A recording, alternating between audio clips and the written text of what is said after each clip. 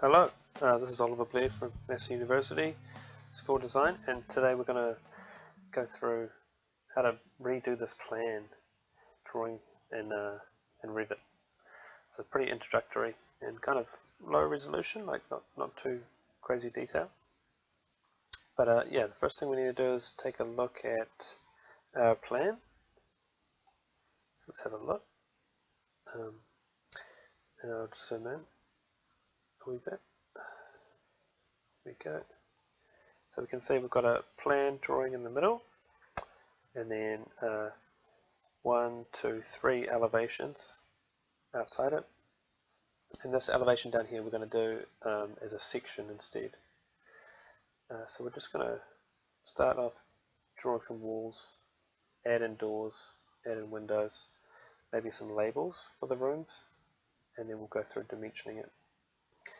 And then after that we'll try to generate these elevations and then the section. Alright, cool, let's have a look at Revit. Where is Revit? Here.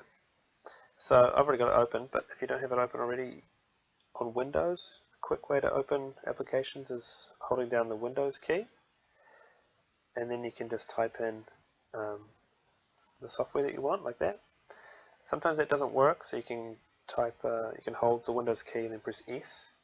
It'll bring up the search thing, and then it's the same thing, you can type it in. Otherwise you'll spend all day hunting around for it in the start menu, and it's not that obvious because it's underneath an Autodesk folder and then Revit. But anyway, okay, we've got it open, cool. So as you can see, I've got the student version just like you guys, and it starts up like this. This is version 2017. Opens up like this, projects, families. Kind of went through families before, but again, they're kind of like smart objects that you can insert into any project that you want.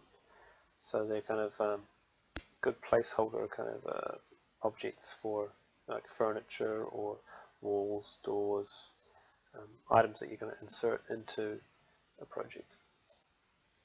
But we've already,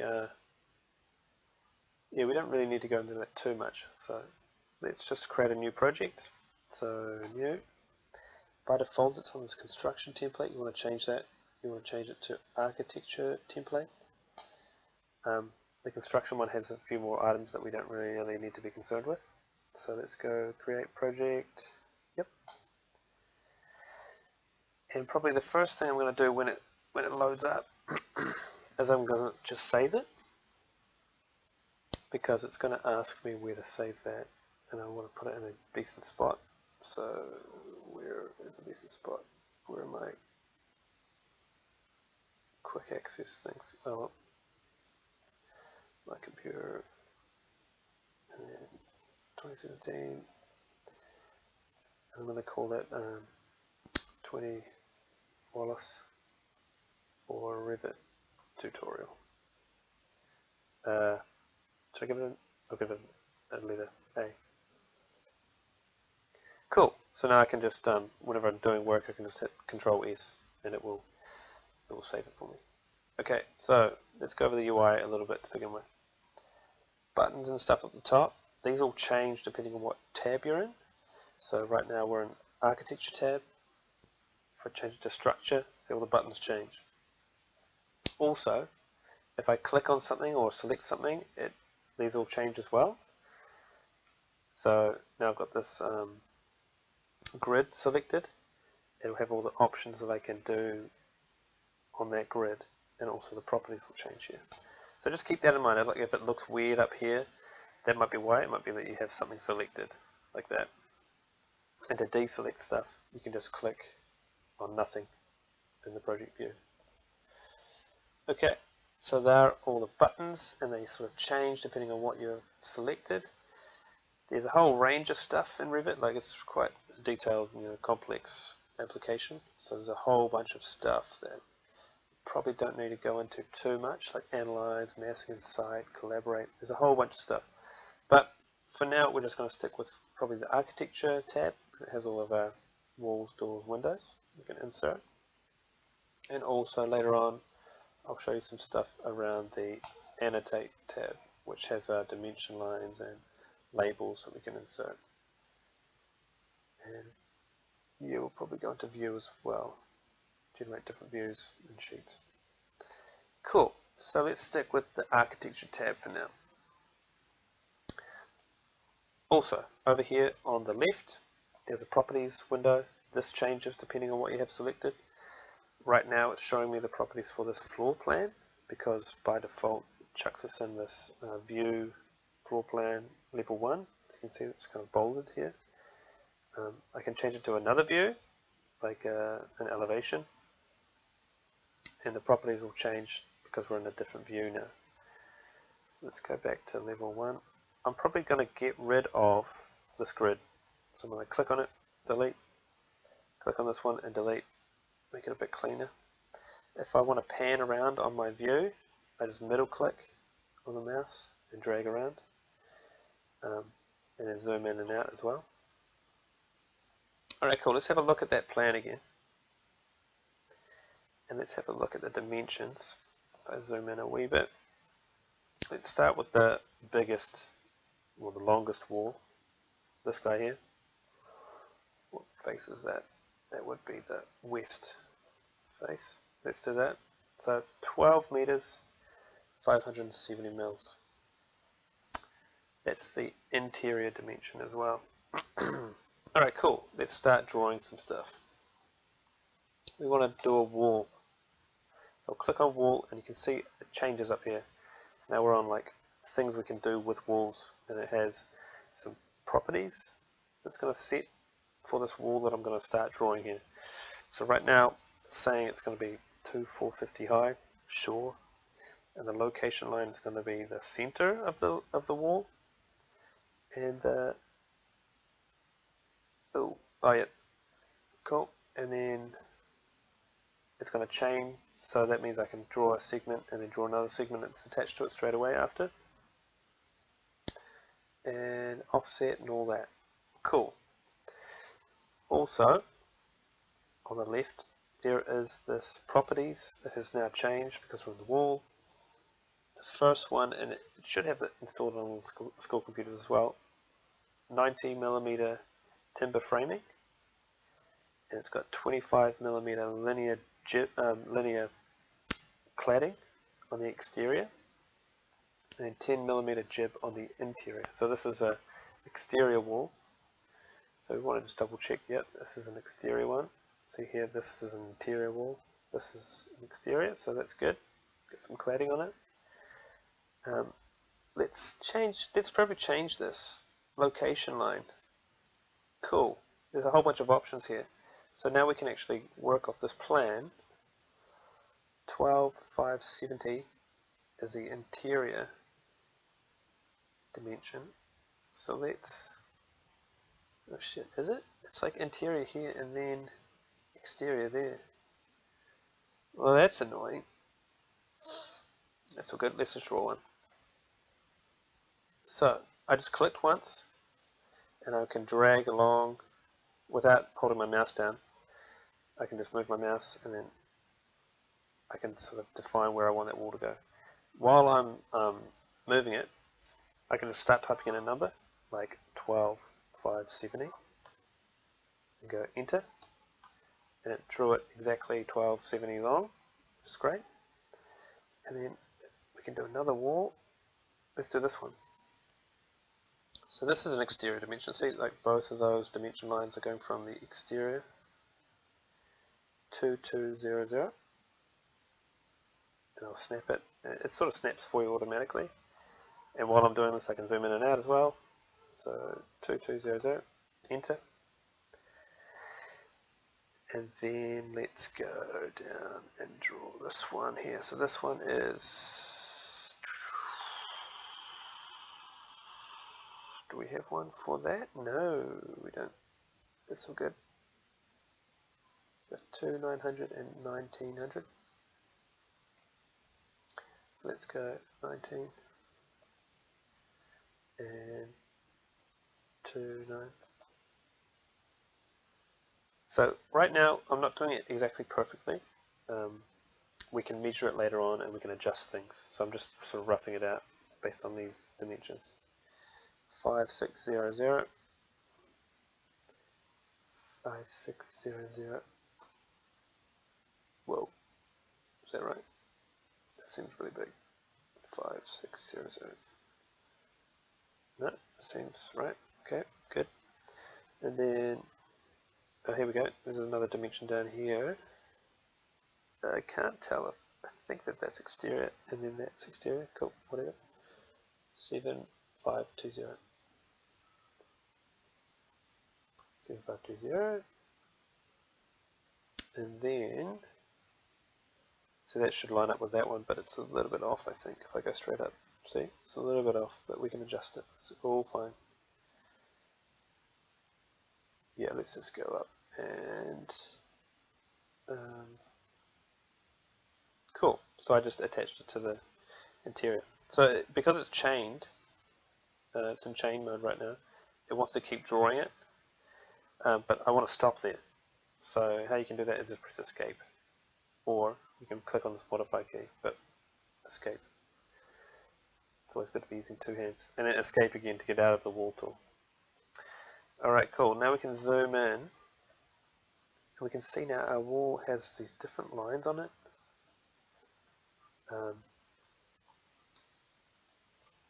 And they're all, it's like there's this double line on the exterior, which is, I think, good. And then there's a thicker line on the interior. So my guess, and how it reads right now, is 25mm exterior, and then 10mm interior lining. Alright, great. So, now, I was talking about how it's not perfect, right? So we can go through and then we can adjust this stuff now, but should we do that now? Yeah, let's do it now. Let's do it now. So if I click on a wall or an item, it'll have this blue kind of witness line will show up, and this sort of tells me how far away this thing is from other things. It'll kind of put one in by default, like in kind of a random place. Like if I click over here on this guy, it puts two in. That one, it's pretty smart, it's pretty good, but like this one, say I wanted to measure the distance between that wall and this, I'd have to then move this over. I'd have to move this line over to like the exterior line there, for example. And now I can sort of see how far away it is. So it should be, and that was like measuring from the interior, so I'm going to move it to the exterior line, 5600, so that's good, right? Yep. And we want this though to be 12570. So how can we do that? We can go like this. See, and then it gives us a whole bunch of weird lines. Let's just shrink this in a bit. So to shrink it in, I'm clicking on the wall, and then there is a little blue dot on the end, and it will say drag wall end if I hover over it. Drag that to there. There we go. So if I click on that wall, it's not going to give me this dimension. It's going to give me how far this away is from other things. So I kind of want to click on this and then figure out, okay, this to there, 12445, but we want the interior. It's weird how they've done that. Not sure why they would do that. Anyway, let's sort it out. Exterior, interior. So interior, exterior, and we want, oh, that's not right, 12320. We want it to be 12570. So I can click on it, 12570. Oh, okay. And type enter, and it'll adjust this wall here, because that's the one I have selected. So it'll leave everything else in the same spot, and it'll move this out. And because it's connected to the wall there and there, it'll sort of stretch those out a bit more. So now that looks correct, and hopefully this, that's still good. And then this, can I get, here we go. That's interior to interior. I think we want exterior though, don't we? So I'll adjust those out a wee bit. Adjust this one here out a wee bit. And now, so it's going to leave everything else, it's going to adjust this wall this way or that way if I type in a different number here. So we want that dimension to be 7520. 7520. Enter. Perfect. And then this, do we know what this is supposed to be? Now, this is when it gets a little bit interesting because this is just a drawing, right? So this, they could put in any number here that they want, but this is an actual 3D model, so it all needs to geometrically make sense. So there might be some different things going on. For example, the thickness of this wall might be different to what we think it is. And because this dimension here is measuring these internal rooms, like these walls might be different thickness to the exterior walls and so on and so forth. So let's just leave it there. We won't worry about this dimension here because it's not referenced on this plan. So that's basically whatever it's going to be so that everything else makes sense. So that makes sense. And I think that makes sense. Can we get exterior? And that one. Oh. So I think we want to leave this and this the same. We want to kind of move this wall out, don't we? And this we want to be 2, 2, 0.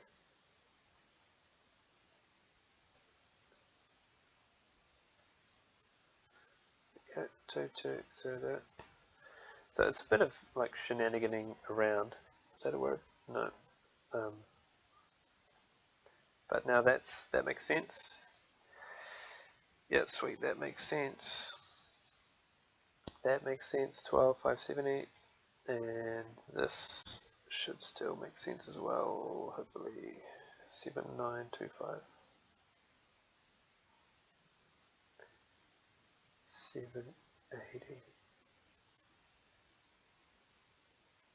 Oh, because I moved that. 7,800. Okay. There we go. And see, this is all where it's getting a bit sort of funny.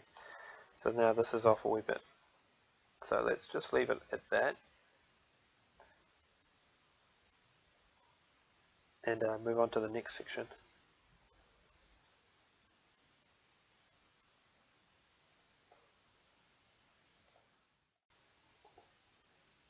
Alright, cool. So now we've got our exterior walls kind of done.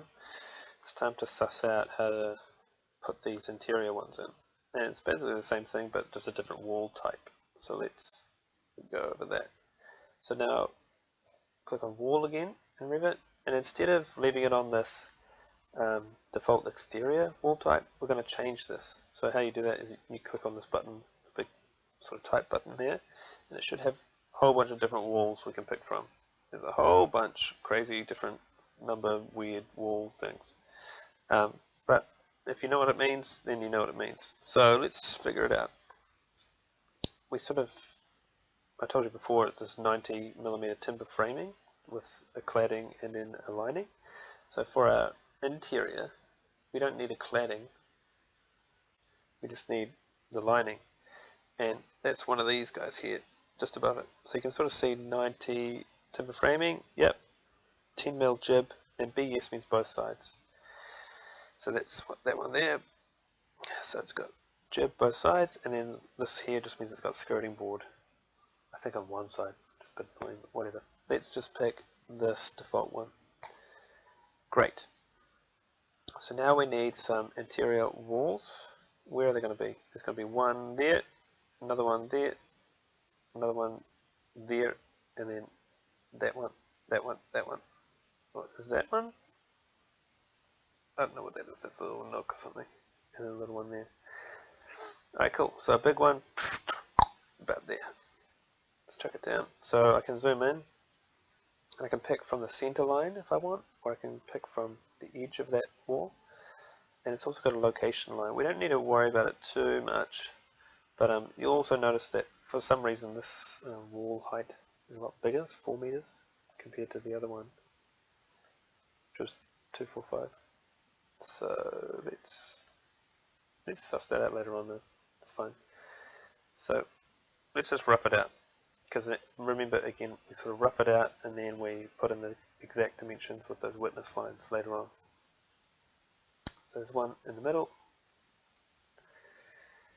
goes all the way down, great, and then remember escape to stop drawing a line, and then we want another one there, it's a little bit lower down, so from there to there-ish,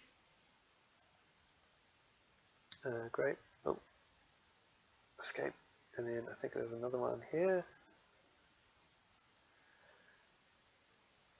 great, and another one there.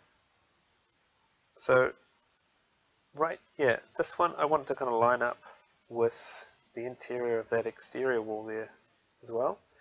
So what I'm going to do, I'm going to zoom in a wee bit, and I'm going to change this location line from the center line to one of the finished faces. There we go. That was a lucky pick. So it could have been either or. It might have, if I picked the other one, interior, it would have gone the other way, see? That's all good. We can just pick the finished face exterior and draw up. There we go. And there's another little nook thing there. Like that-ish.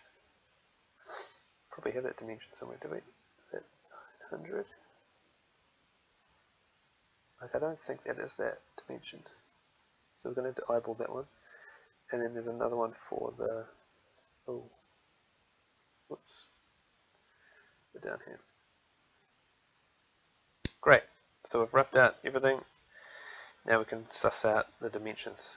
So I'll go to the modify tool, and again I'm just going to sort of figure out, okay, this interior of the bedroom here is 40/30. So I click on the wall that I want to move, and then here's my witness line down here for some reason. 40/30. Great.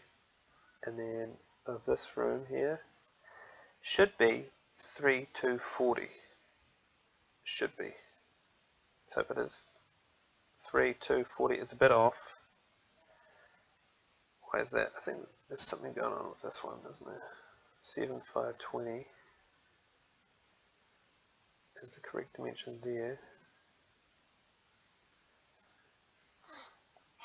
So what does that mean? That means that this wall here is really thick, a lot thicker than what we have here. 3/130 should be 3/240, so it's a whole 100 mil thinner. Or something's going on, but let's just leave that for now. Let's just leave it. It's fine. So there's that, and then there's oh shoot, sorry. 2/900 for that wall here, so we want to change that witness line again to 900, and then that should leave 1900 for that one. Yeah, I think these walls are meant to be a bit thicker. 1900, yep, that's fine though. Let's just leave that for now. That's all good. Great, and then this I think is meant to be a bit over, a bit more, so I'm just clicking and dragging it to sort of adjust where it should be. And there's another little nook thing there as well, so I'll draw another wall in.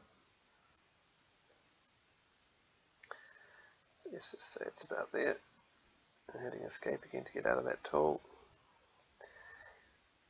Alright, I think we've got an extra wall here. We haven't dimensioned this way either. So 2/630 is for the bedroom. to 630, and the hallway is 1030. Actually, let's do this room here first, because the walls are meant to be thicker, I think. So let's go 3640. So 3640, and then that leaves 1060. Yeah. This is also modeled after an older house. So yeah, old houses kind of shift and move and expand and do weird stuff. So it might be a bit to do with that, or to do with these measurements. They might be off as well, or rounded up and down crazy. Anyway, there's a bit of an extra bit here. See, we're not supposed to have that. Also, we're supposed to chop that out, but let's figure out how to do that. So we can, if I click on the wall, it brings up some modify kind of options for that wall that we have selected. And if we hover over some of these things, it kind of tells us what they are. And then if you hover over long enough, it gives us a little animation on how to use it. It's pretty sweet. So what we want to do though is kind of chop it, right? I want to kind of chop it here-ish. I mean, we could delete it and just redraw it, but let's chop it. There's mirror pick axis, offset, move, copy, rotate, trim, extend, single element. Is this what we want? Trims or extends one element, such as a wall line or beam, to a boundary defined by another element. Ooh, that's exactly what we want. Look at that animation. Is it going to play it again? It's supposed to loop it. Oh, come on. So we have a wall. We want to click on it and click on the boundary thing. Sweet. That's what we want. So click on the thing. Click on the other thing. Oh, wait, hold on. That did not work. We want to... Oh, is it going to tell us what to do first? Oh yeah, okay, so it tells us down here. Select a reference as the trim extend boundary down here on the tooltip thing. So we want to select this as our boundary, I think this wall here, and then select a line or wall to trim / extend. Oh, wrong way. Almost. Let's try it again. Click on this one and then this one here. There we go. So like with all good software, it's a bit of Control Z action going on there. Perfect-ish. Great. Let's leave it there. I think that's all the walls done. Great. So the next thing will be to put in some doors.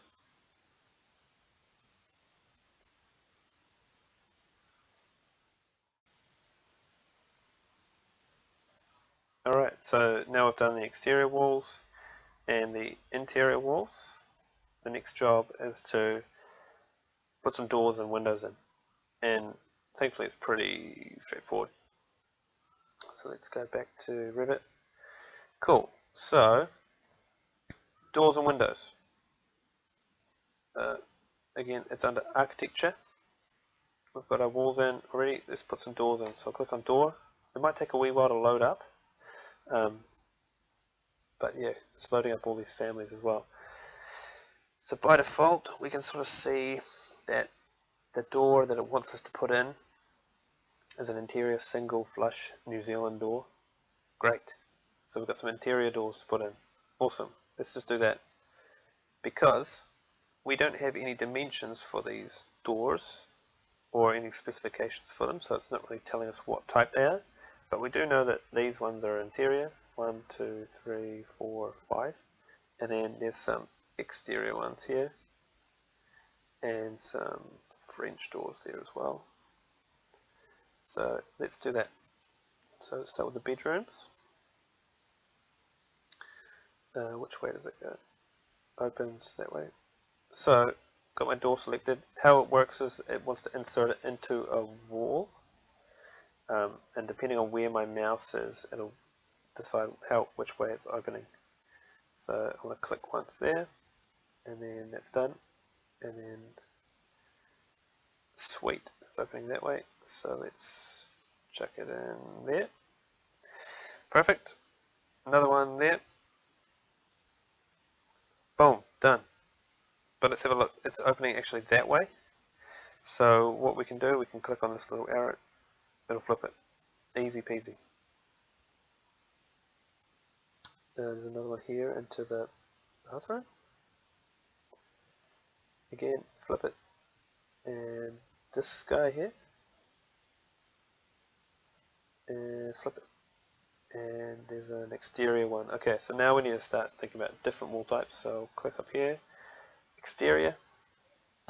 Let's just do 19, whatever. And then there's one down here for the bathroom. See, now this one it wants me to put the mouse on the other side of the wall, which is interesting. There we go. And then that's opening the right way. Cool. And then one at the front door. So you can kind of see how handy it is to have this reference open. And I'm just Alt-tabbing. So Alt-tab and release. And we want to go, oh, I've forgotten already, it opens inwards. Okay, great, cool. Yeah, done. Okay, and French doors. We're going to put that in as well. Is there a French door option? No, there isn't. But let's just use this. And let's just put it there as a reference. Cool. Let's just do that. Because we'll get into making families and importing different families and things some other project in the future. Great. Cool. Doors in. Windows. So there's big ones here and some little ones here. Was that they are bigger than these ones? Is there any dimensions though? Oh, sorry. Dimensions, no, looks like they're maybe the same, and then these are maybe the same. Alright, so it looks like there's maybe 3-4 different types of windows, but let's just put them all in. Okay, window, and again there's some default kind of types. I'm just going to pick the biggest one. There we go. And there we go. And again, so with Windows, you want to kind of zoom in and figure out which way it wants to be. You can sort of see the flashing around the window on the exterior sort of extends out beside the wall. So this is the right way to do it. That is the wrong way. It's like inverted. So let's just have it like this. And there should be a spot where I can, there we go, 710 is in the middle, so I'm just going to chuck it there. And another one down here. There's another wee bit. 1215 is in the center. And then we have one up there. And then, so I'm just sort of roughly placeholding these in. We can adjust them and change them later on pretty easy. And then there's 2 there. 1 and 2. And then 1, 2 there. There we go.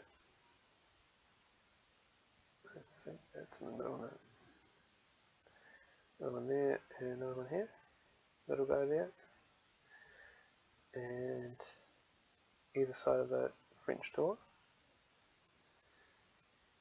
There's one, and there's one, and then another little one there in the living room. Cool. Okay. Check it out. It's starting to look a bit more like an actual plan now. Great. So this is looking good. Windows in. I mean, they're different sizes, but don't stress too much about that. And then we want bedroom, kitchen, bathroom, living, bedroom. We want some labels. So, Oh, yep, let's save it.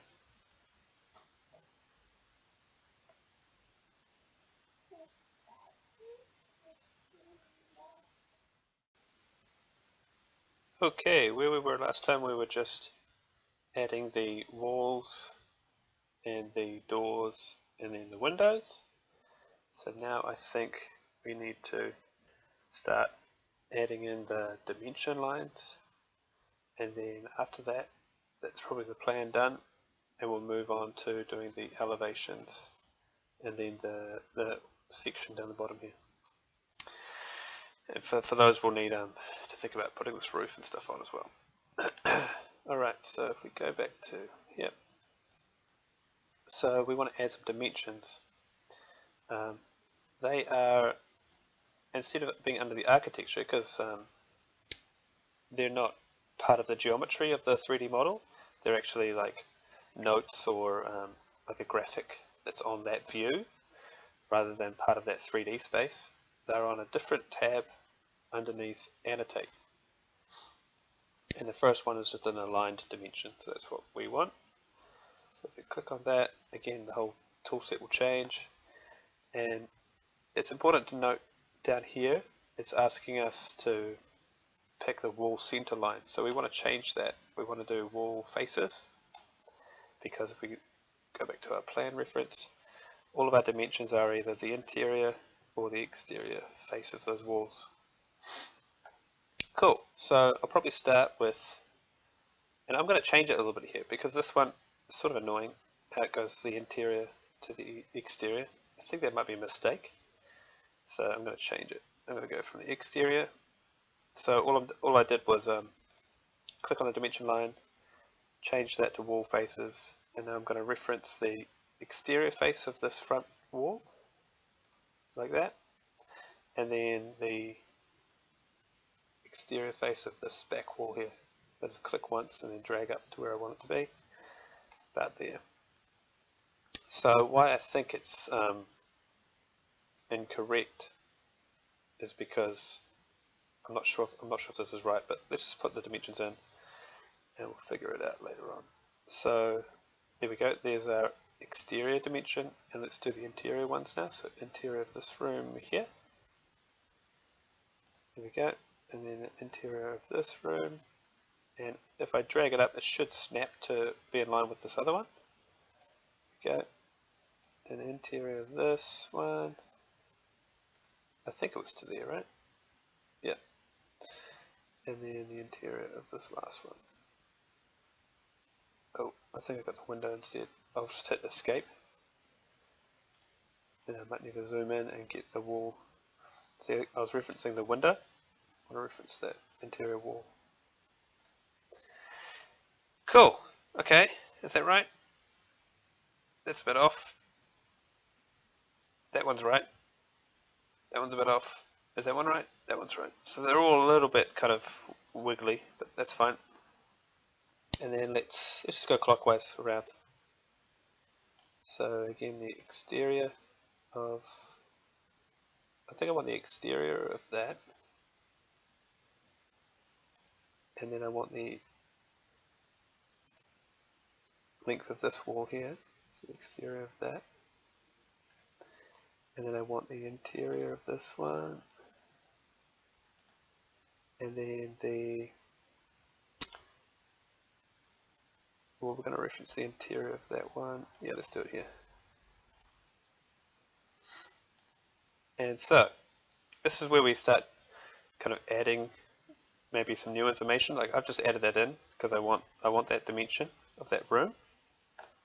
It's not really given anywhere else. All we have is the hallway and then this bedroom, but we don't have this dimension in here.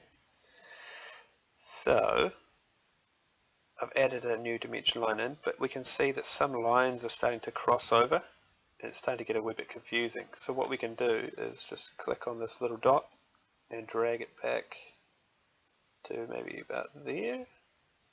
Like I want it to be in line with this line here. There we go. And then I might drag this one all the way back. Nah, I'll leave it there. Cool.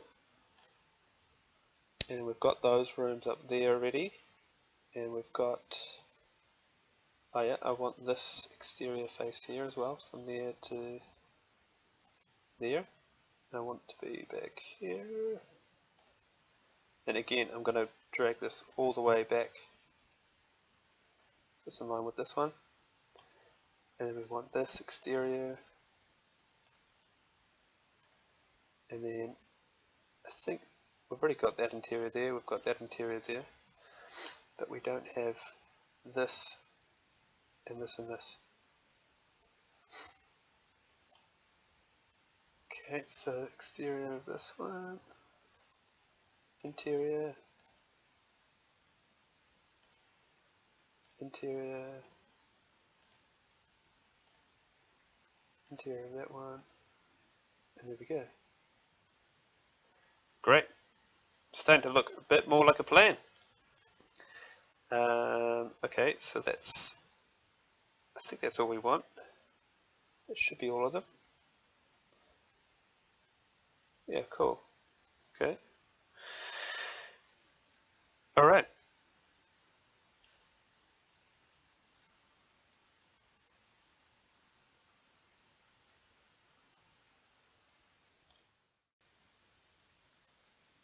Okay, now what I'm going to do is, now we've got our plan in Revit, what I'm going to do now is put it on a sheet. So if I zoom out a wee bit, so this whole page would be called the sheet, and down here we've got a title block, that's what it's called, with all the information, all the titles of that sheet, and then we've got all these individual views put on that one sheet. So now we've got a plan, we can start doing that with our one in Revit. So here's my plan view, and if you look down, there should be another little section down here called Sheets, and the architectural template has one in it by default, and it also has all these other views, right? So let's double click on this sheet, and we can change our view to that sheet view. So we should be able to see here, if I click on this title block, again this is a family, so like all the other families that you have in Revit, it's sort of objects that you can reuse in other projects. So a title block is a really good one to have in the family. So you kind of set this up as a family, and you can set up all these little labels and things, and then you can bring that into any project, and it'll automatically populate what they are with variables and things. Pretty cool. So we can see by default this one is an A2 title block, but there are some other options there as well. You can edit type, and then we can load in a new one if we want title blocks, and there's all the way from A0 to A4. I think we'll just leave it on this A2 one by default though, so that's fine. Let's just leave it like that. And what we want to do now is bring in that plan view into this sheet. How we do that, we go, it's not on the architecture tab, that's all the geometry for the 3D model. It's not on the annotate tab, that's all the 2D kind of information, that's view specific. It'll be under the view tab. So there's a whole bunch of different things here, but you can see they're kind of organized with labels, so graphics, and then there's create, so that's how you can make new things, and then there's sheet composition, so that's what we're going to want to deal with here. So again, there's title blocks, we've already got that, and then there's view, so we can place a view, and sheet, let's just create a new sheet, so if we wanted to make a drawing set. But let's just click on this view one, that's all we want, and we want to insert that floor plan. And if you remember views, floor plans, we were on level 1, so it's just there, and then add view to sheet. It's going to have this big box, and it'll have a label on it, and it'll say the scale that it's at as well, and it'll have a little drawing number indicator, because if we have multiple drawings on this sheet, this will be number 1, the next one will be number 2, and so on. So if we go back to our reference, it's sort of a bit smaller than the whole sheet,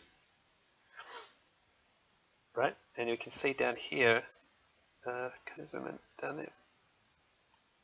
scale at A3 is 1 to 100. So let's just change this to 1 to 100.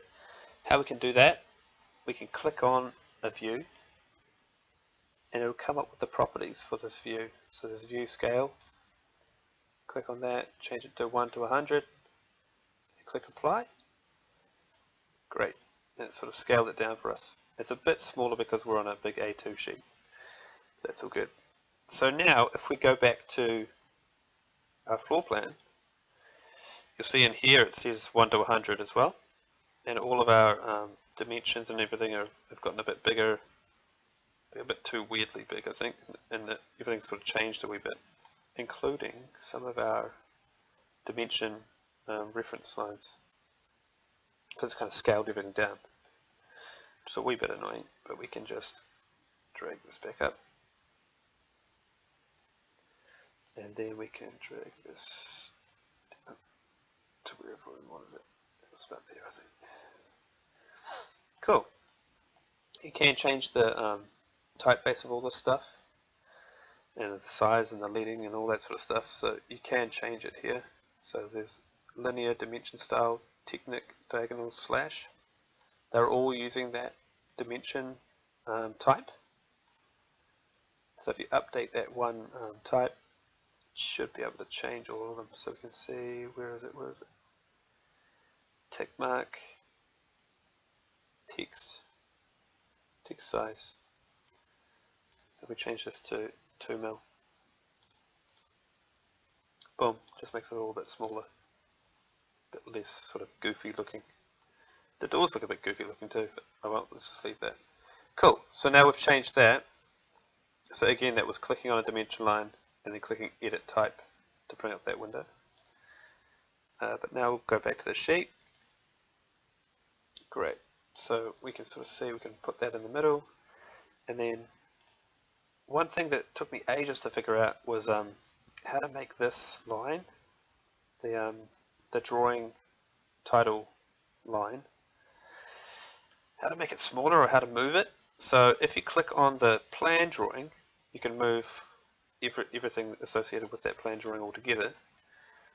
And if I don't have anything selected, if I click on the title first, then I can just move that. So I can reposition that to wherever I want. Maybe about it there.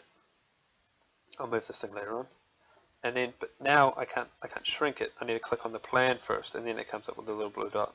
And I can shrink that down and have it about there-ish.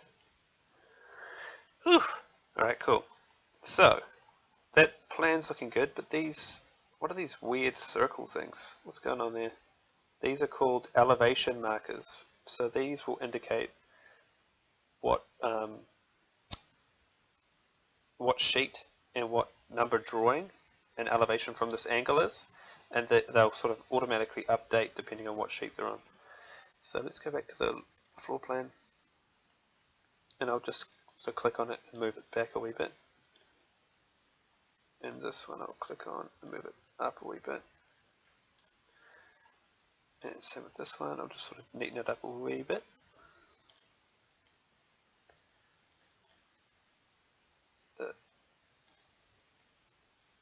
Short, about there-ish. Okay.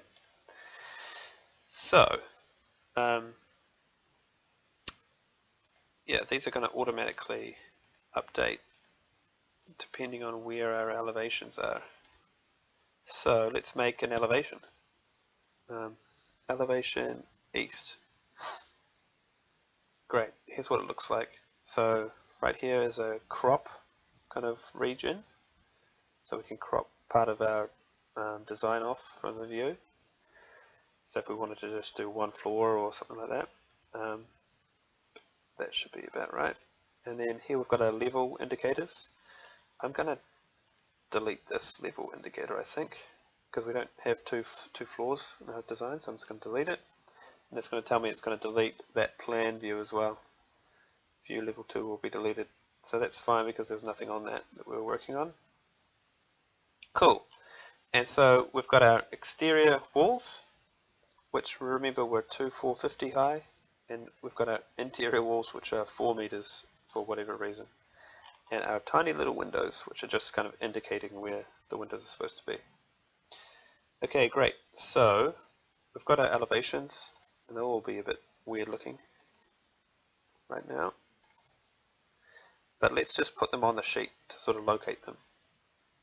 So double clicking back on the sheet, and we will go view again, and I'll just start adding my elevations. So I think east was the front of the building, yep. And again, we probably want this at 1 to 100. Apply. And again, we want to kind of rotate it, right? If we go back to our reference, it's sort of flipped around. And so it's lining up perfectly with the plan. And there's a handy thing, if we click on the view when we're in the sheet, we can just go rotation on sheet. We're going to 90 degrees clockwise. And it's going to kind of eyeball it.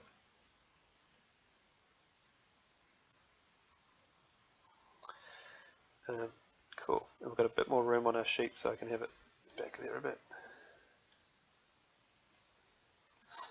Okay, great.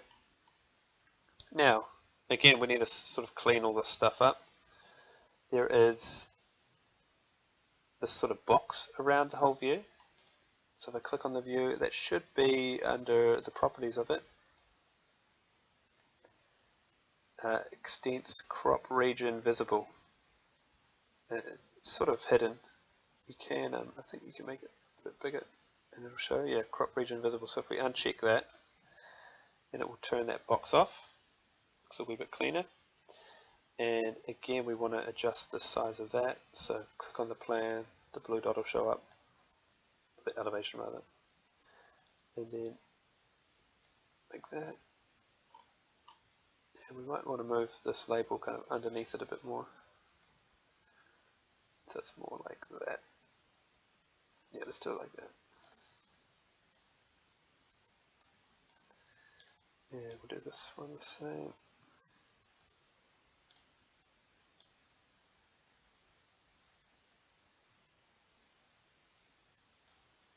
Okay, cool. So that's 2 of them done. What we probably want to do now is kind of rename it, like it just says east in level 1. Let's just rename it to what it has on the sheet. So Wallace Street is kind of labeling that, and south elevation, west elevation, north elevation. Cool, so let's just rename this to, let's rename, here it is, south elevation. There we go. And this, I don't think I'll name it 20 Wallace, I'll call it plan. Yep. And yeah, so on and so forth. And we can just do that as we go through. Cool. I'll just quickly add all the other ones now.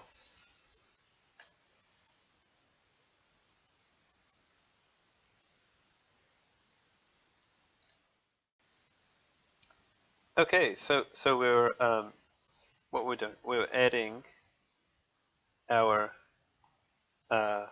different views onto a sheet.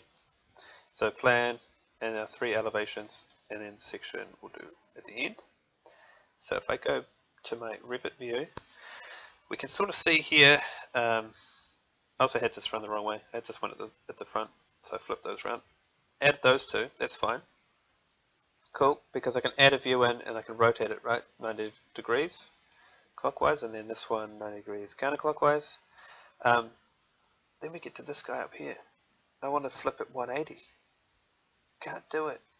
So I don't know why. You just need a 3rd option, Revit. Come on.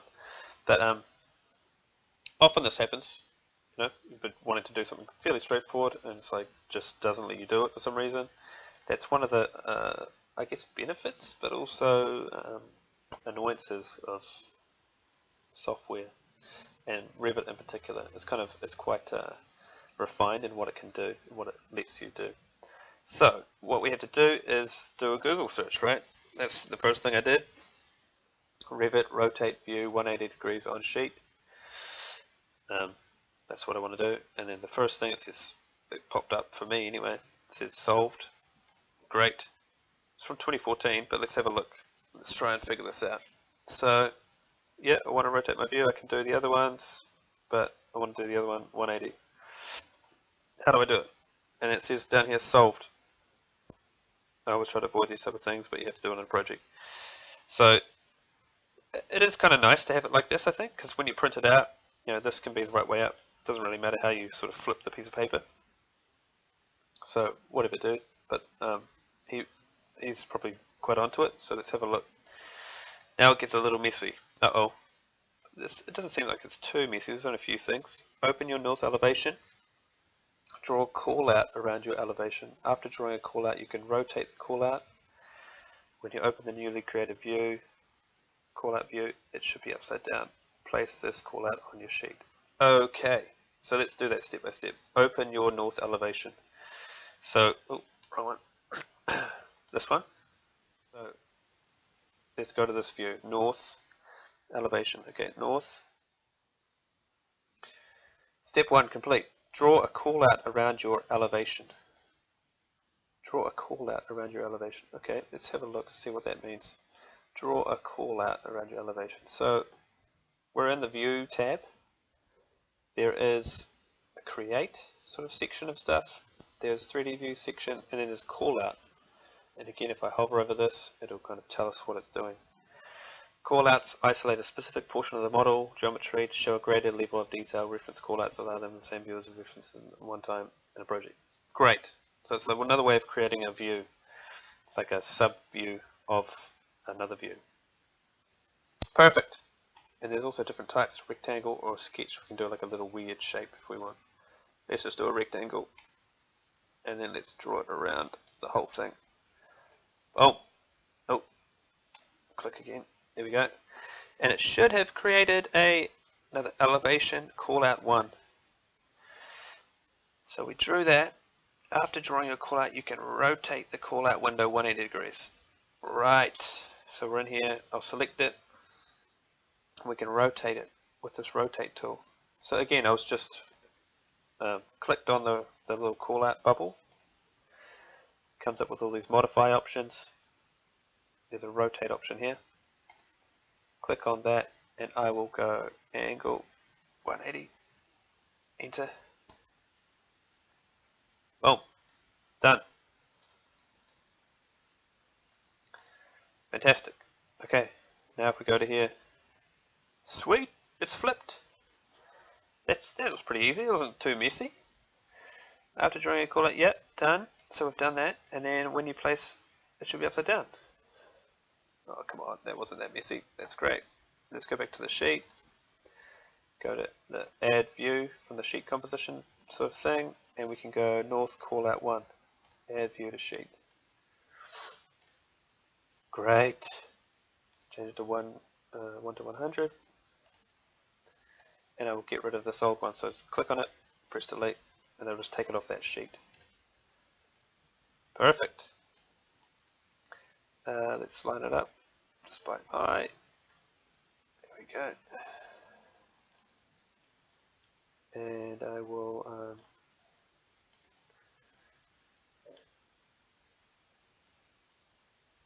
put that about there. Actually, I'm going to put it down a bit further and move the whole thing up. Move this over. And then change it to hide the crop region. Great, and then move the whole thing up. Nice, and I will rename this north call out to whatever it's supposed to be on the sheet, which is west elevation. West elevation. Great. Okay. Perfect-ish. Actually, I'll put that label on the outside. Oh,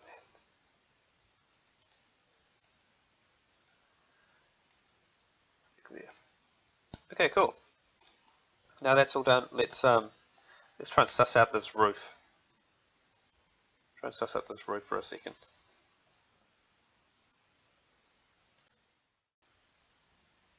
Okay, so figured out how to do the roof properly in Revit. Took a few goes at figuring it out, but let's, I think we've sussed it out now. Let's figure it out. So we've got, on our reference plan, reference sheet, we've got 3 dimensions that give us the elevation dimensions, right? Everything else is just referencing the plan. So you can see here there's 5790, which references the peak of that roof. And as you can see, there's this kind of dashed grey line that goes all the way around to the other elevation as well. And then there, and we can see 3500 goes down to the bottom of that roof at the front, and then at the other end of the peak, and then it's also the top of this back section of roof. And then 3 meters is nothing on the front, but it's where the back roof meets and ends. So those 3 dimensions should sort of help us define this roof. So if we now go back to Revit, I'll cancel that one, that was my little test one. Delete. Floor plan. What we want to do is we want to create a roof. So in the architecture tab there's a roof button. And what that'll let us do is make a roof. And we can draw a roof by a rectangle or a series of lines or even like curved arcs and things. By default though, it's on this pick walls option, which is kind of handy for certain things, I think, but probably not what we want to do. So let's just make a rectangle like that, because there's this big kind of section of roof which has a peak in it about here, and then it's got a gentler slope going back down that way. So we want to draw a rectangle all the way around from there to there, and as we can see there is an offset, there's a radius and all that sort of stuff, but what we want to do is just click on the modify tool. Now we've got this rectangle. How it kind of works is each of these lines can define the slope, and it takes a wee while to figure out, so let's just sort of go through the process together. So there's this rectangle and it's on the level 1, and there's an offset of 0 from that level. So let's just click apply. So we're finishing editing the roof. Come up with this. Would you like to attach the walls to it? Not right now, nope. And then let's have a look in the 3D view. As we can see, if I hold down shift and press middle click, orbit around a wee bit. As you can see, there's this green roof now, but it's on the ground, so not ideal. So what we want to do is click on that, and we can give the whole thing an offset from that base level. Let's give it an offset of this lowest point here, which is 3 meters. So 3 meters. Apply. Great. So that's perfect. And now we want to go in, and if I click on the roof again, there's an edit footprint option. So we want to do that. And so, right, by default it's like flat, yeah? So if we click on edit footprint, we can click on a front face like this one, like a line of that footprint of the roof, and we can check define slope, and we have a default angle of 30 degrees. Let's see what that does. Let's just hit apply. It asks us to join the walls again, and we don't want to do that. So you can sort of see what that did. Defined a slope, okay, 30 degrees going up. So maybe that's not exactly what we want. Let's go edit footprint again. What about if this back one was defining the slope as well? What's that going to do? Let's hit apply. And no again. So you can sort of see that sort of how you do roofs. Kind of, it's a bit weird, and yeah, sort of do it and see what it does, and then maybe undo that and then do it again, a different way, and it's a bit of to and froing, but that's how roofs work in Revit. So 30 degrees looks a bit flat though, right? Like it's a bit of a weak kind of angle. Here it's really sharp. I think that's about 45. Let's go back, edit footprint. This one, 45. And same with this one.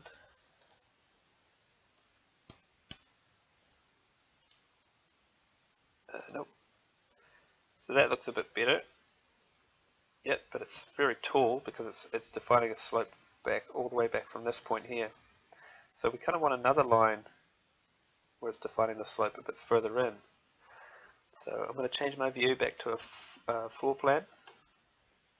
I'm going to go edit footprint, and I'm going to go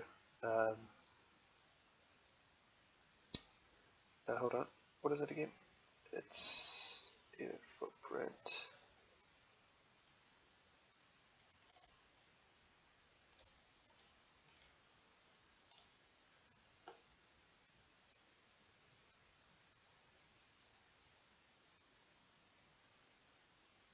Yeah, so let's go back to the floor plan, and let's go drag this in a bit further because we want it to kind of be about there, I think.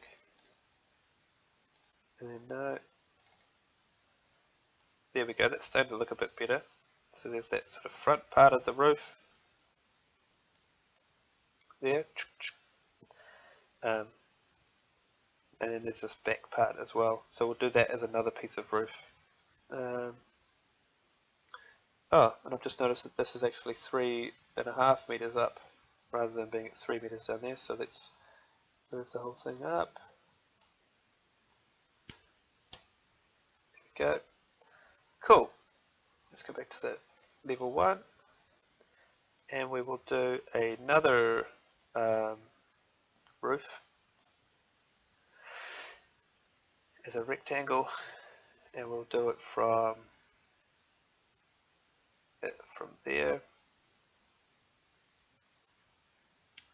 down to about there. Let's just eyeball it for now. Oh, I'll zoom in. There we go. And again, we kind of know what we're doing now. So this here is going to define a slope of something. It's probably like 20, 10, 20. Let's try that. Nope. Another way we can do it, if we go to 3D view again, another way we can do it is, let's just move it all up, because we want to kind of line up perfectly this point here with this point. So if we go to an elevation, like that one or south, so this here, it's the whole thing's being offset at 3.5, and this one starts at 3 meters, is offset at 3 meters, right? Where is it? Yep. So we want to kind of have this line here at 3.5 meters, so we can edit that footprint short, and we can say rather than being rather than this defining the slope, we can have this be offset from base 3.5. I wonder if it's going to do that 3.5 higher than that 3 meters. Let's try. There we go. No. Back to our 3D view. Wait, what? This offset from base 0. This 3.5. Okay. And then this, let's go 3.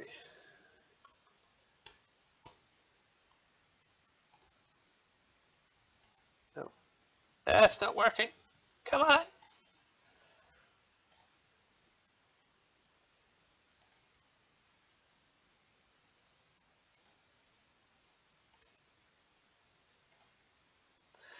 Alright. It's being annoying. Let's try this again. So this 0, this 0. Okay, so now it's working, and we want to, so we have to do it manually like that. There's got to be another way.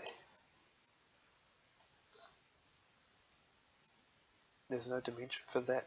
Oh, there's an angle.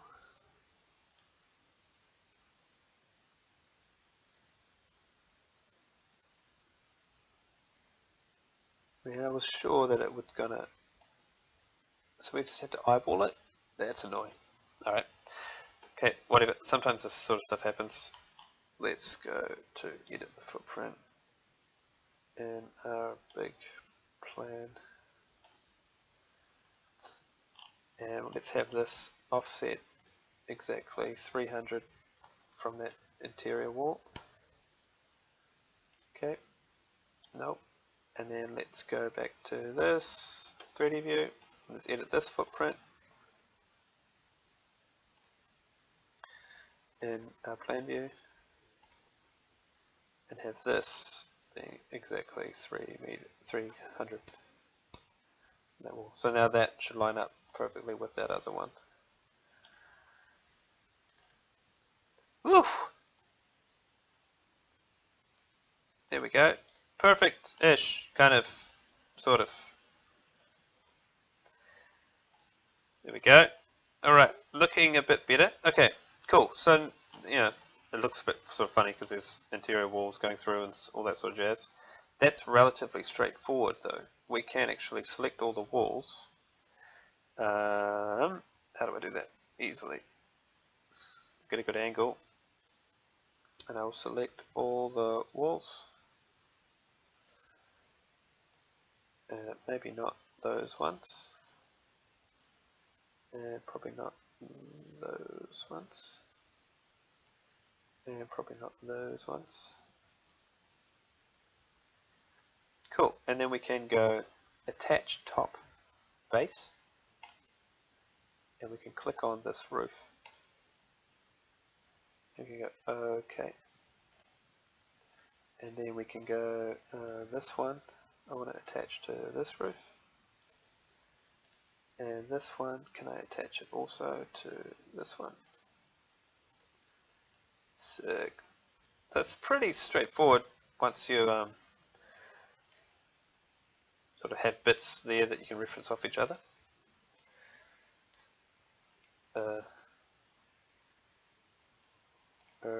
Hello?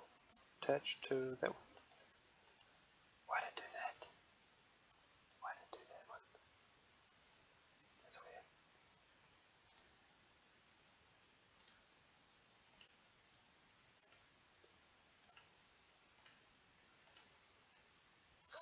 weird. It's funny that that did that. Alright, cool. Looking a bit better. Okay. Now, there's some other things going on. Like if we look at this elevation from the front here, there's a bit of an overhang that way and at the sides. So we can go and click on this and we can go edit footprint and we can go, there should be an overhang. Oh, because we draw it manually. We want to have this come out a wee bit. So let's go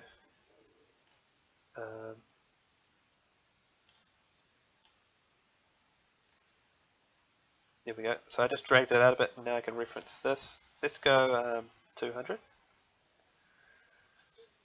There's that one. Modify tool. Drag this one out a wee bit. Hello? There we go. I want this to be 200. There we go. And then let's do this one as well.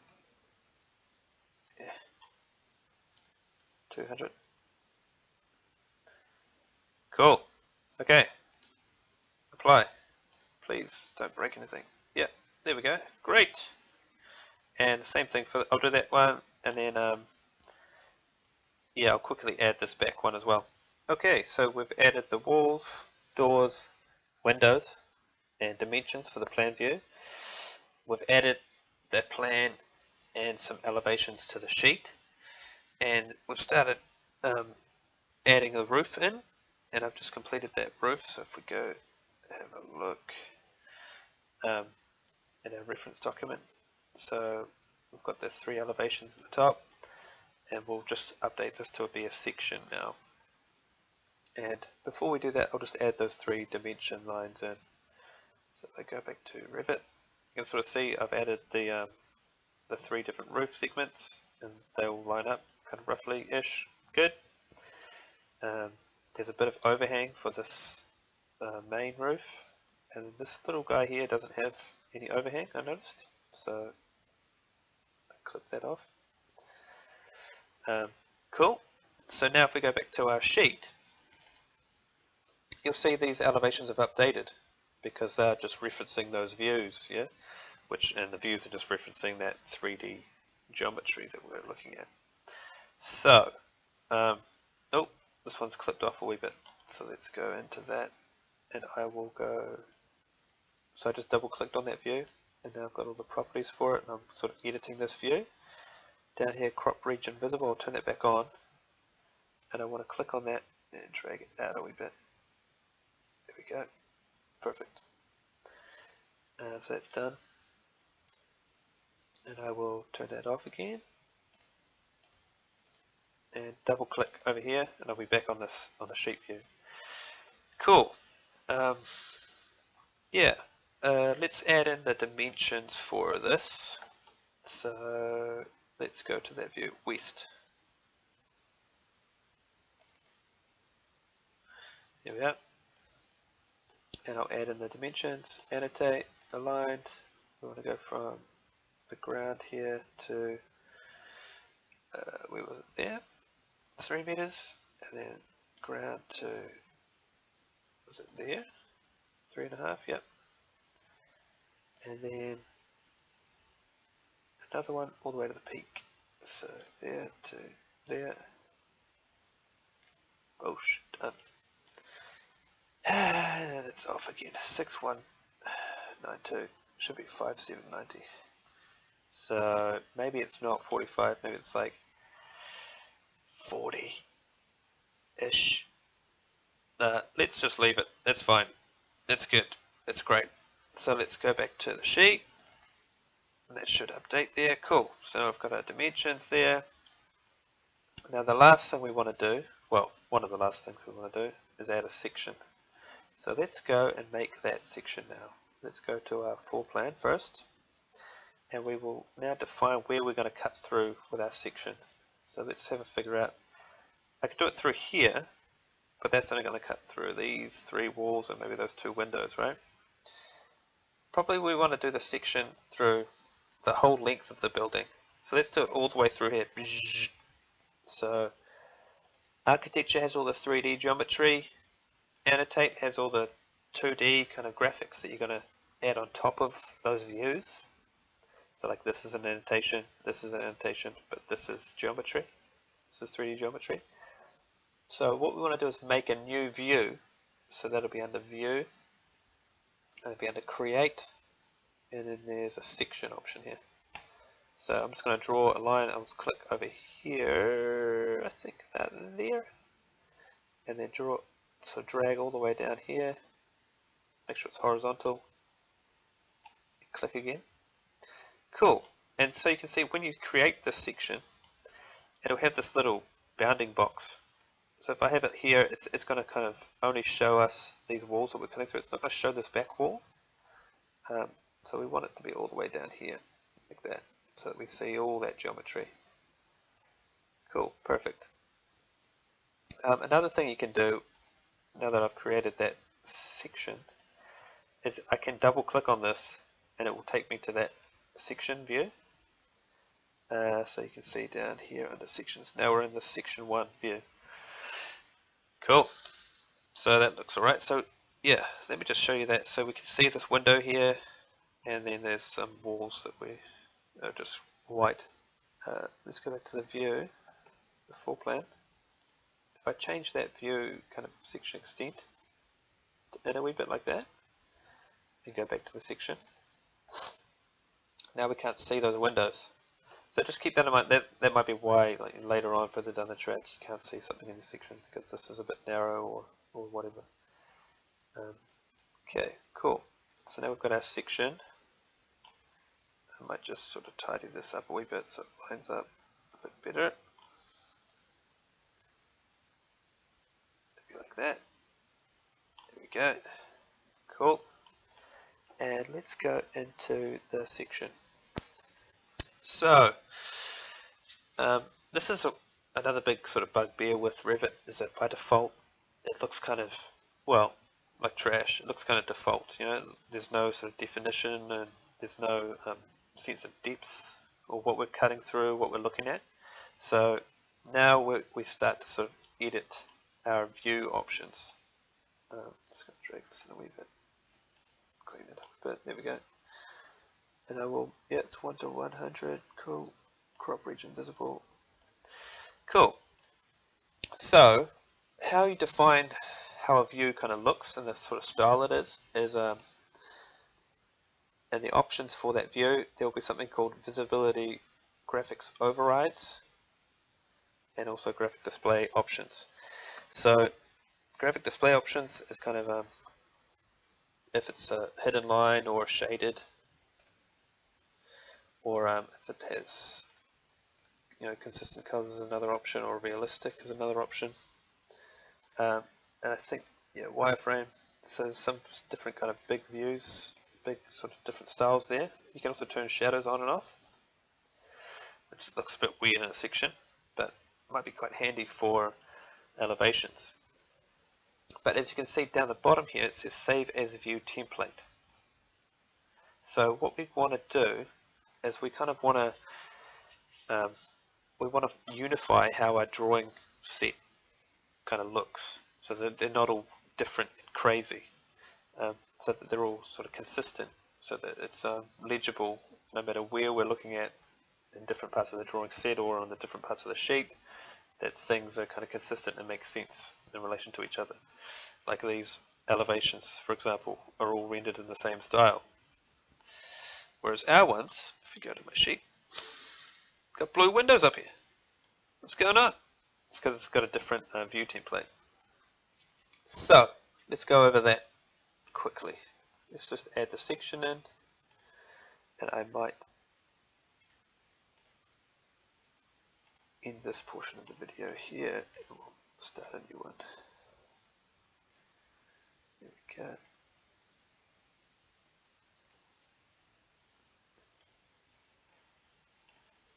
It's not looking too bad.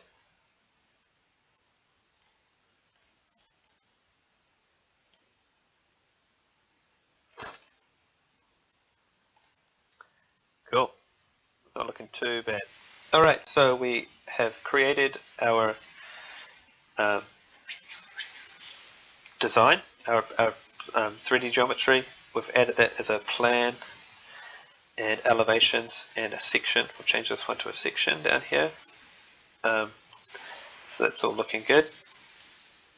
Oh, excuse me. Sorry. There we go. And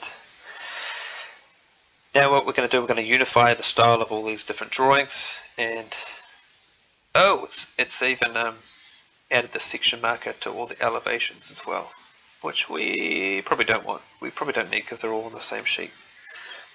So how we do that, if I click on a view, there is visibility graphics override, but there's also down, if we scroll down a wee bit, there's something called a view template. So that's what you kind of want to be dealing with. You want to be making templates and then applying those templates to different views.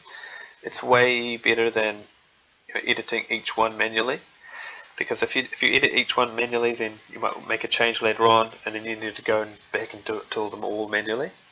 But if you have a template and all those views are kind of referencing that template, you can just update that one template and it will update for everything. So view template none. We want to make a new one. We want to go, how do we go new? We go Oh, I click on one. That's right, that's how you do it. You've got to duplicate one that's already existing. So let's go duplicate.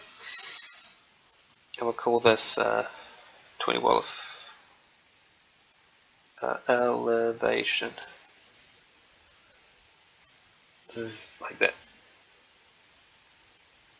Yeah, because I'm kind of assuming we need one template for our elevations and then one for the section and plan.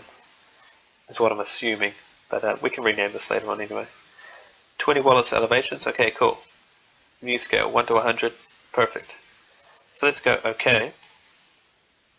So now that's using that 20 Wallace elevation, and we can go click on these two as well. So I just held down Control then to select multiple things, and we want to view template 20 Wallace. Okay, great. So now that one's using it, and this one here is using it, and that one's using it. Great. So now what we can do, we can go, I don't want these section markers to be in the elevations. So let's go back to the view template. Make sure we're on the right one. And we can go visibility graphics overrides model, visibility graphics overrides annotations. So the model is the 3D model part of it, annotations are the 2D graphics over top. So that's what we want to edit, the annotations, and it should be under annotation categories, and it should be under something simple like section, I'm hoping. Is it? Section. So I can uncheck that, click apply, and I think we saw it get rid of it. Pretty sweet. So we can go OK, and just double check. Yeah, great. Got rid of those section lines from those templates, from all those views. What is this thing? Double click, click on it. What is it? It's project base point. Probably don't want that either. That would have been from that other template that we had to duplicate. So again, edit, annotation, project base point. It might be under base point, might be under project base point. I found it. It's under where is it? It's under view templates, and then edit that one, and then it's under model categories. It's under site. So I think it might be the survey point or something. Project base point. There it is. There we go. And then there's some other stuff there as well. So I've just turned the whole site sort of category off. Okay, apply. Okay, cool. So that's sort of, how you can turn things on or off, but what about like how to change the look of something? So that's where we get into some of this other options here. So there is a detail level. We can change that to maybe like instead of coarse, fine, and it might show some extra detail around there, which might be cool. I think we'll leave that on. And then there is also under model display. That's where you get to this stuff. So maybe do we want it shaded? Nah, that looks really hideous. Let's just leave it on hidden line. And let's actually use a reference. So he hasn't got it on, or they haven't put it on here, but I might want to put on some shadows. Shadows on elevations definitely look really good. How do I turn that on though? I think, okay, shadows, cast shadows.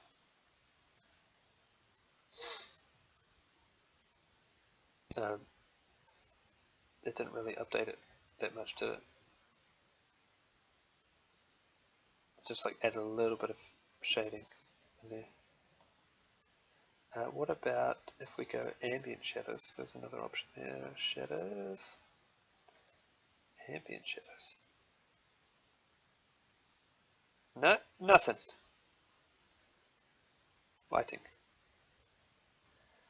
We might want to change this. So edit lighting, sun.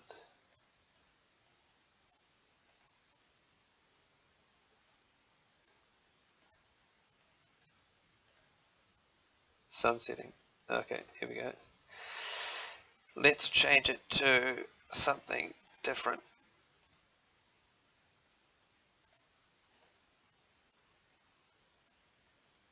I can't update it. Alright, let's change it to this. Let's change it to 100 degrees. Maybe that'll... it's not letting us do it. Annoying! What about ambient light? And then with the ambient shadows, maybe that will work. Show ambient shadows. No, nothing. Alright, whatever. Okay, fine. Just leave it like that. That's fine. Everything's fine. It's not that an interesting elevation anyway, so, but usually if you have sort of like a funky elevation, you want to show off, you know, the depth of things, then that's a good way to do it. I think we need to set the sun and all that some other way. I can't remember exactly how to do it. I think it's in the site maybe, or something like that. Maybe view, manage. There's some way to set up like the, I thought it was under site. Show mass settings, site components, modify site. To sort of define which way is, like where it is on the planet and all that sort of jazz. Anyway, oh man, that was a lot of faffing around. Let's just keep on trucking. Let's change the style of the section and plan to a new template. So I'll create a new section and do that in the video.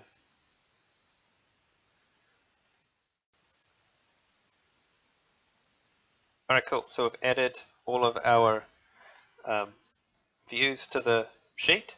We've dimensioned them all properly. Everything's in the right spot.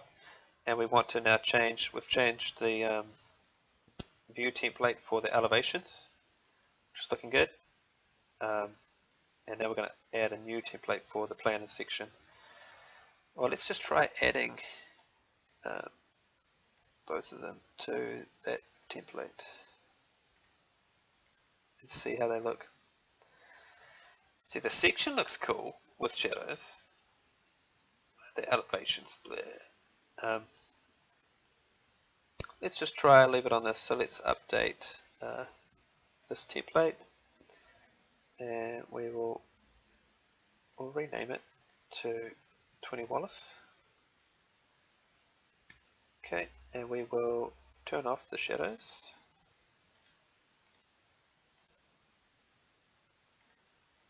And we will edit the graphics model override for the model categories. So this is where you get into defining, you know, how things look when they're cut through. So if we go down in the model categories to walls, all the way down the bottom, wall, and then there is some options here. We can see there's projection line and then cut line and patterns. So what we want to do is edit some of these. So wall sweep, we want walls, and we want to go cut pattern, override. We want to change this to probably a color rather than a pattern. Yeah, let's just do a color. Let's just do like gray. Okay, apply. And as you can see, did that update it? Okay, apply.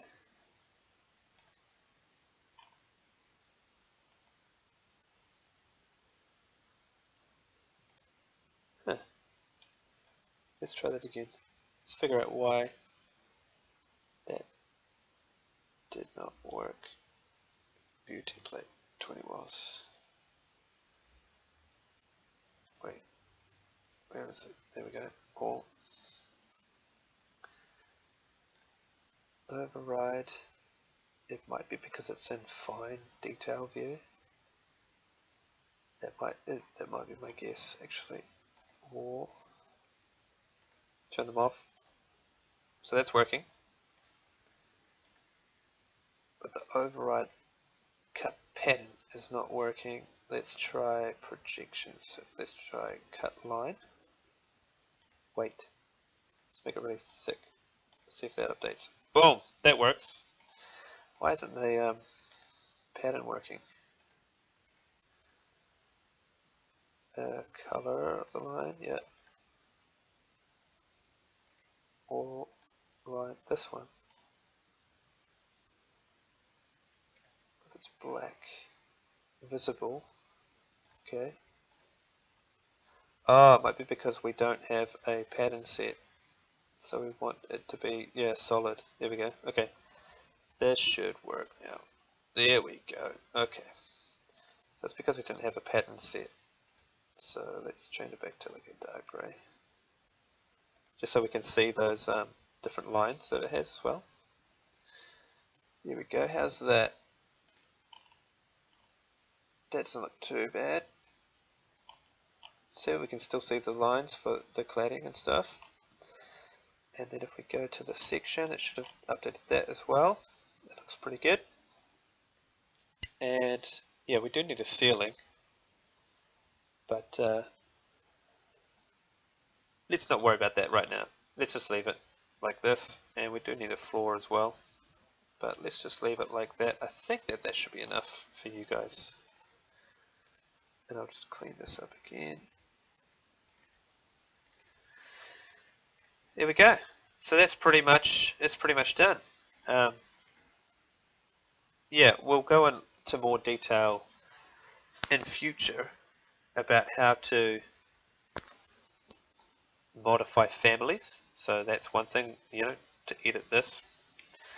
You can just go edit family. That opens up that family as a new kind of project like this, and we can go in and we can edit all these individual things, and we can place them at different places, and they can all reference different variables or just be labels, or you can bring in an image or something.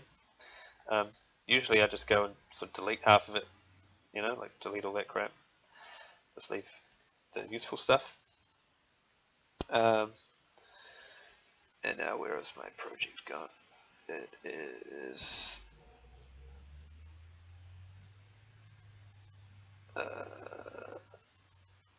load into project and close. Let's just do that. Nope. There we go. So yeah, you just sort of, you can just double click on families as well, and it'll edit them. And also we'll go into more detail about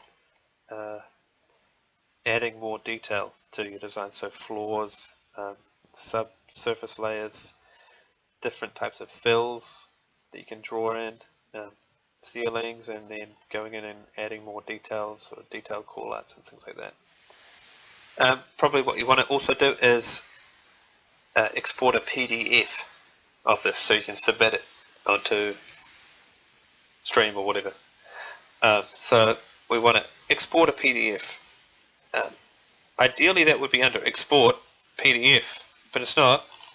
It's this is just how you can export other digital files, so like DWGs or DXFs, things like that.